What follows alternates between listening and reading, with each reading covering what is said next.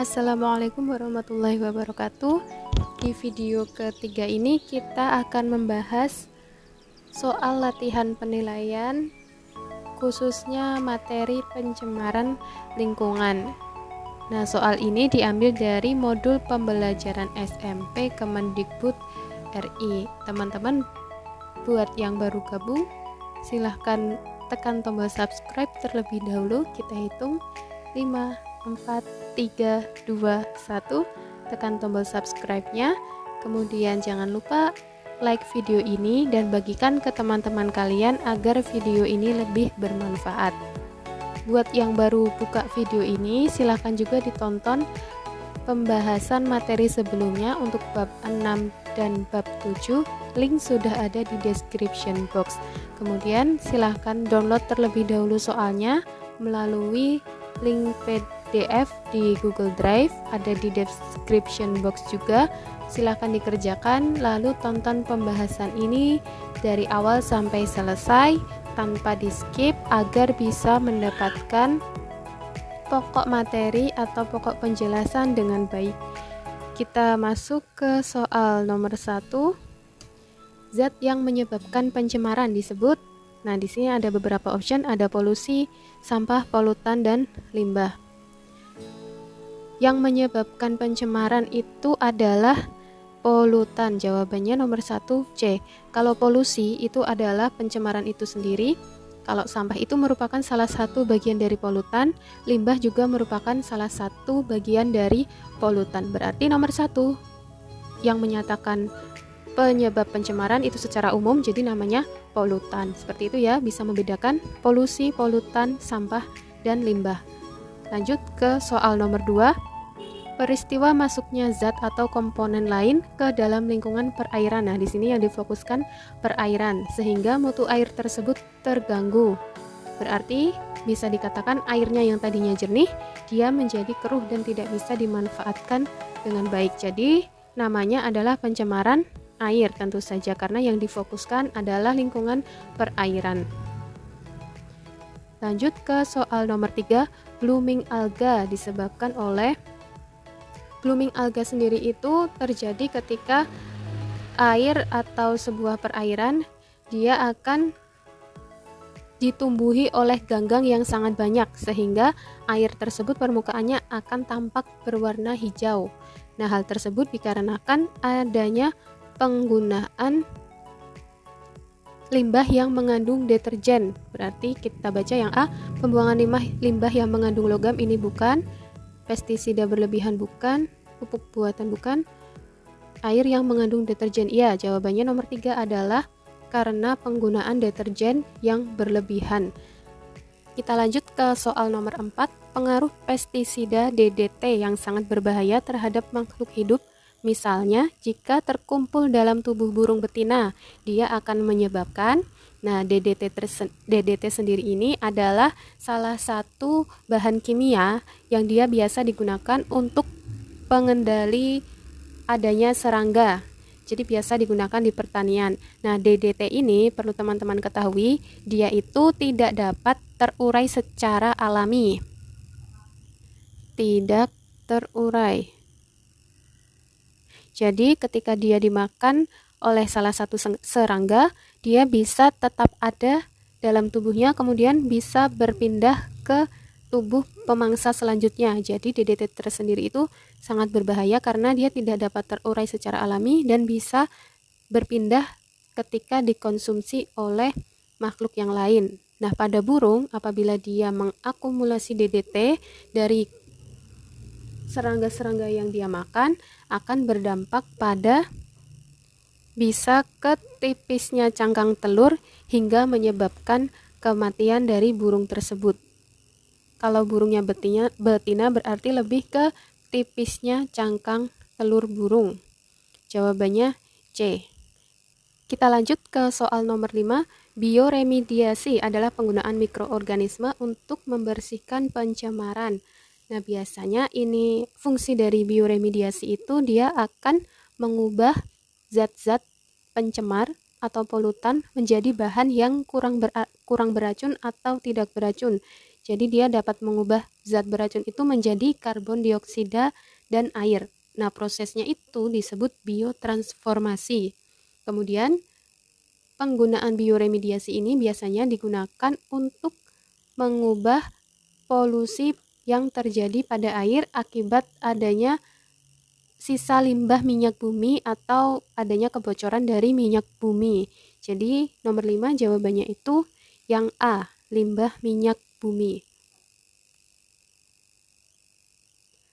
Lanjut ke soal nomor 6, limbah pertanian yang dapat menjadi polutan. Jadi ini adalah hasil-hasil dari pertanian yang dia malah bisa menjadi polutan. Yang pertama, logam berat dan hujan asam. Ini bukan hasil pertanian. Kita fokus ke limbah pertanian. Yang B, pupuk buatan dan pestisida buatan. Ini ya, jawabannya yang B. Yang C, sampah organik dan deterjen. Ini bukan hasil pertanian. Sisa makanan dan plastik, ini bukan hasil pertanian. Jadi, apabila penggunaan pupuk buatan dan pestisida buatan yang berlebihan sehingga menimbulkan limbah yang berlebih, dia akan menjadi polutan untuk lingkungan di sekitarnya. Berarti nomor 6 jawabannya B. Selanjutnya, soal nomor 7, salah satu cara menanggulangi pencemaran yang disebabkan oleh limbah pabrik. Jadi di sini kasusnya sudah terjadi pencemaran, sudah terjadi pengeluaran limbah, kita harus menanggulangi pencemaran yang disebabkan oleh limbah pabrik tersebut. Untuk sebelumnya limbah pabrik dibuang, sehingga dia harus diproses terlebih dahulu agar pencemarannya bisa berkurang. Berarti jawabannya nomor 7 yang D, mengolah limbah sebelum dibuang. Kalau yang A, mengurangi dan menutup industri bahan kimia, ini bukan solusi menanggulangi pencemarannya. Yang B, membatasi penggunaan bahan kimia, ini masih belum spesifik. Yang C, membuang limbah pabrik sedikit demi sedikit, ini masih belum menjadi solusi. Jadi jawabannya nomor 7 itu yang paling tepat, mengolah limbah pabrik sebelum dibuang agar polusinya bisa terminimalkan. Kita lanjut ke soal nomor 8. Di suatu ekosistem perairan terdapat zooplankton, ikan kecil, ikan besar, dan fitoplankton. Maka DDT akan terakumulasi pada DDT, dia akan semakin bertambah ketika dimakan oleh pemangsa selanjutnya. Jadi dia akan terakumulasi pada trofik tertinggi atau tingkatan konsumen tertinggi. Dari zooplankton, ikan kecil, ikan besar, dan fitoplankton, konsumen paling atas atau paling puncak itu adalah ikan besar. Berarti DDT akan terakumulasi pada ikan yang besar. Nomor 8 jawabannya D. Jadi diingat, DDT itu terakumulasi pada tingkatan trofik atau konsumen yang paling tinggi. Selanjutnya nomor 9, peristiwa masuknya zat, energi atau komponen lain ke dalam lingkungan udara disebut, karena lingkungannya udara berarti pencemaran udara.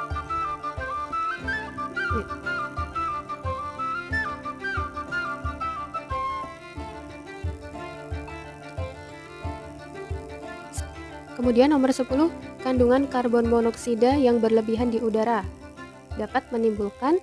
Nah, karbon monoksida sendiri itu adalah salah satu gas pencemar polusi udara. Apabila dia terlalu banyak di udara, dia dapat merusak kestabilan gas yang ada di atmosfer. Kemudian dia bisa juga memberikan dampak yang buruk bagi kesehatan manusia. Nah, kesehatan di sini bisa dalam bentuk sesak nafas. Nomor 10 jawabannya B. Kalau nomor 10 yang A, C, dan D itu lebih ke CO2, karbon dioksida. Nomor 11, suhu lingkungan yang meningkat akan menyebabkan pemanasan global. Dampak dari pemanasan global adalah sebagai berikut kecuali yang A, mencairnya es di kutub menyebabkan turunnya permukaan air laut. Kata-kata yang awal benar, mencairnya es di kutub, tapi turunnya permukaan air laut ini salah. Ketika es di kutub mencair, maka volume air akan naik, volume air laut akan naik, sehingga permukaan air laut akan semakin tinggi. Ini relate dengan option D, mencairnya es di kutub menyebabkan pulau kecil terendam. Ini adalah dampak yang benar. Kemudian yang C, berkurangnya keanekaragaman hayati. Ini adalah dampak yang benar karena adanya seleksi alam saat suhu lingkungan meningkat. Kemudian yang B, keseimbangan ekosistem menjadi terganggu. Ini adalah dampak yang benar. Berarti dampak dari pemanasan global, kecuali A karena optionnya salah, mencairnya es di kutub. Di sini dijelaskan menyebabkan turunnya permukaan air laut, itu salah. Yang benar, naiknya permukaan air laut. Salah satu upaya dalam pengendalian hama yang tidak menimbulkan pencemaran lingkungan adalah di sini kita harus memilih yang tidak menyebabkan pencemaran lingkungan. Option A, penggunaan pestisida, ini salah. Dia bisa menyebabkan pencemaran lingkungan. Yang kedua, herbisida, ini juga bisa menyebabkan pencemaran lingkungan. Yang C, pengendalian secara biologis, ini jawaban yang benar. Pengendalian secara biologis ini adalah pengendalian hama yang menggunakan musuh utama hama tersebut. Apabila misal ada hama tikus yang menyerang padi, berarti kita bisa menggunakan ular untuk membasmi tikus di sawah. Itu adalah salah satu contoh pengendalian secara biologis. Kemudian yang D, menyemprotkan dengan insektisida. Ini juga jawaban yang salah karena dia bisa menyebabkan pencemaran lingkungan. Berarti nomor 12 jawabannya adalah C, pengendalian secara biologis. Kita lanjut ke soal nomor 13. Contoh polusi udara yang terjadi secara alami. Secara alami itu berarti tidak ada rekayasa dari manusia, bukan karena knalpot, bukan karena industri, tapi karena keadaan alam di lingkungan tersebut. Berarti nomor 13 jawaban yang paling benar adalah yang D, gas dari aktivitas gunung berapi. Kemudian nomor 14, penanggulangan yang dapat dilakukan untuk mencegah pencemaran tanah, diantaranya ada kata-kata kecuali, berarti yang bukan penanggulangan pencemaran. Yang A, menanggulangi sampah plastik, ini jawaban benar. Yang B, sistem tanam monokultur.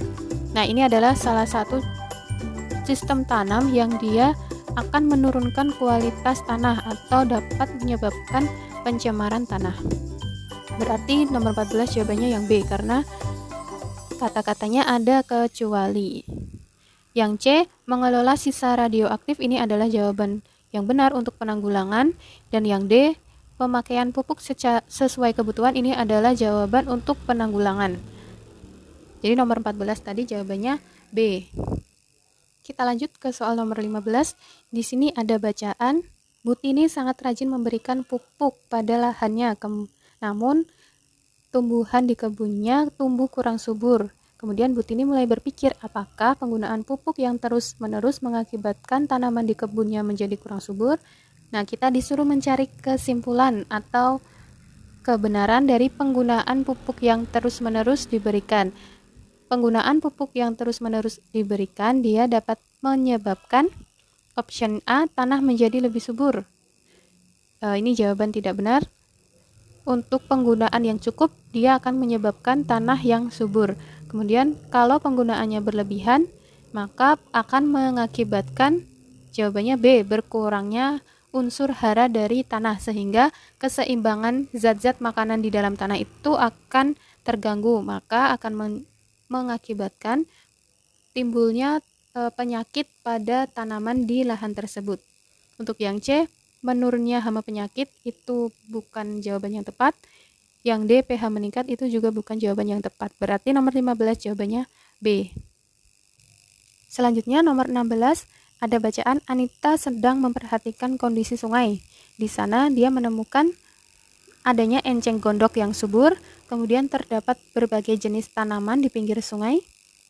Banyak anak-anak bermain di sekitar sungai. Nah, setelah mengamati sungai, Anita kemudian berpikir bahwa sungai di dekat rumahnya itu sudah tercemar. Salah satu bukti dari pencemaran sungai di dekat rumah Anita itu adalah kita disuruh mencari bukti adanya pencemaran sungai. Option yang A, airnya jernih dan tidak berwarna. Ini bukan bukti pencemaran. Yang B, terdapat berbagai jenis fauna. Ini bukan bukti pencemaran.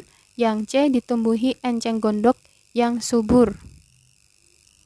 Di sini ada kata-kata enceng gondok yang subur, berarti ada banyak sekali enceng gondok di sungai tersebut.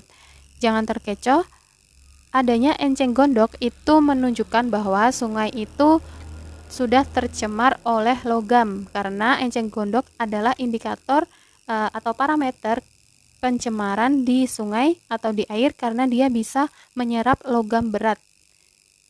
Selain itu dia juga bisa menyerap merkuri dan hasil-hasil dari sisa-sisa pestisida. Berarti ketika di sebuah perairan ada banyak enceng gondok yang subur, walaupun dia terlihat cantik, tapi itu merupakan salah satu tanda-tanda sungai tersebut sudah tercemar. Berarti nomor 16 jawabannya yang C. Untuk yang D, airnya tidak berbau busuk. Ini bukan tanda-tanda pencemaran air.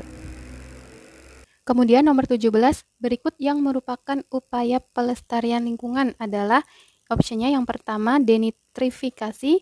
Denitrifikasi sendiri itu merupakan proses reduksi dari nitrat menjadi gas nitrogen. Nah, ini bukan merupakan upaya dari pelestarian lingkungan. Yang B, urbanisasi adalah perpindahan penduduk dari desa ke kota. Nah, di sini bukan merupakan upaya pelestarian lingkungan, karena dia malah menambah polusi di kota atau lingkungan di kota menjadi semakin tercemar. Yang D, sanitasi. Sanitasi ini merupakan kegiatan untuk penggalangan air bersih di sektor rumah tangga, kemudian dia juga bisa digunakan untuk pengolahan serta pembuangan kotoran dan limbah yang memadai.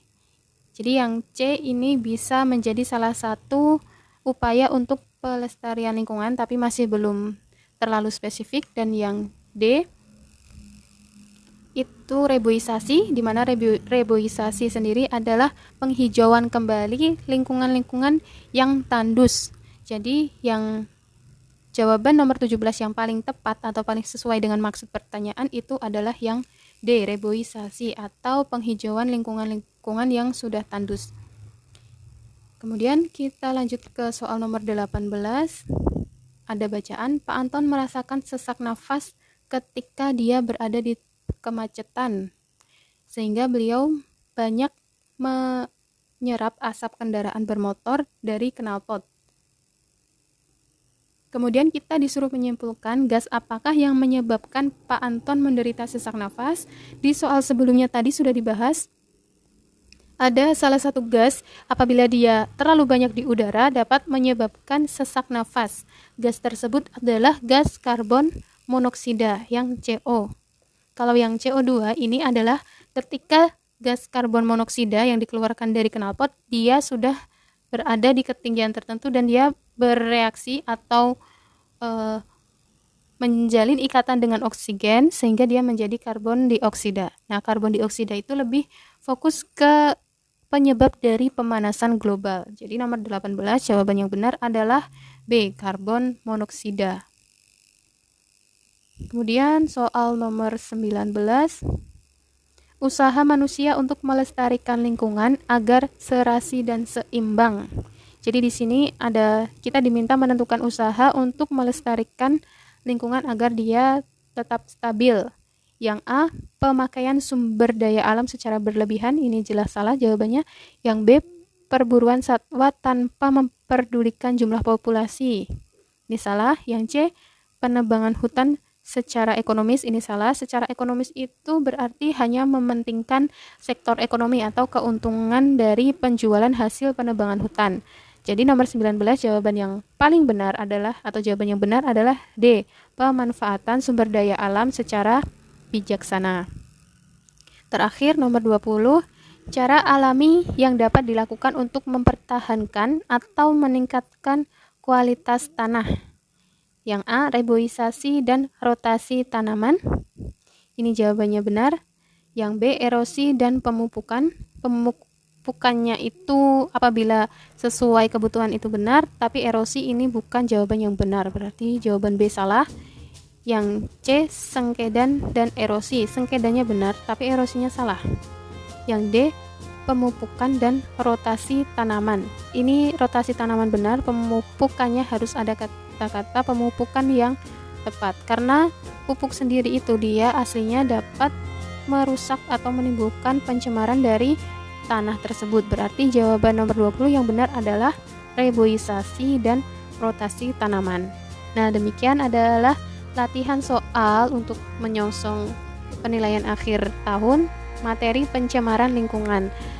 Buat teman-teman yang belum subscribe, kita ingatkan silakan subscribe agar mendapatkan update untuk soal latihan selanjutnya atau bab selanjutnya, dan di akhir nanti kita akan upload soal latihan PAT dari bab 6 sampai bab 11. Jadi yang sudah diakumulasi dari bab-bab untuk materi PAT. Nah, jangan lupa like dan share video ini agar lebih bermanfaat. Terima kasih yang sudah menonton. Wassalamualaikum warahmatullahi wabarakatuh.